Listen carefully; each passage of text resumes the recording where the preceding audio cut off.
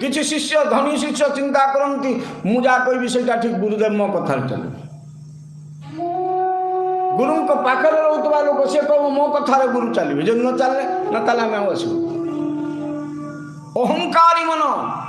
जो लोक निज विवेकर कथार चलवा को राजी नुह से तुम आम कथार केमिति चलो तेणु विवेक को जागृत कराओ विवेक को गुरु कराओ मन को अधीन कराओ तार विवेकर कथा को मानिबा को बाध्य कर दियो मन को तेरे जाइए तुम्हें पार पा निश्चिंतता समिति आसेनी चका मारिक 2 घंटा बसिक कथा शुणिले निश्चिंतता आसेनी मन भितर तर्जमा करने को हम मन मोर कौटी अच्छी मु तो बसी श्रीमद भागवत आगे मन कौटी अच्छी भागवत पाखे ना घरे ना गाँव ना पड़ोसी ना साई कौटी अच्छी मन को खोजिच आ भितर बसिक देख कांथ को आउजिक केते बसिचंती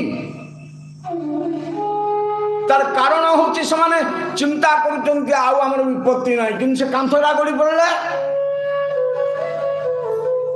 मनरूपक कांथ गढ़ा पूर्वर ताकू विवेक पाखर समर्पण कर दियो उद्धार हो जावत मन को विवेक पाखर समर्पण करन विवेक रूपक गुरु पाखर ताकू स्वीकार्य करैन।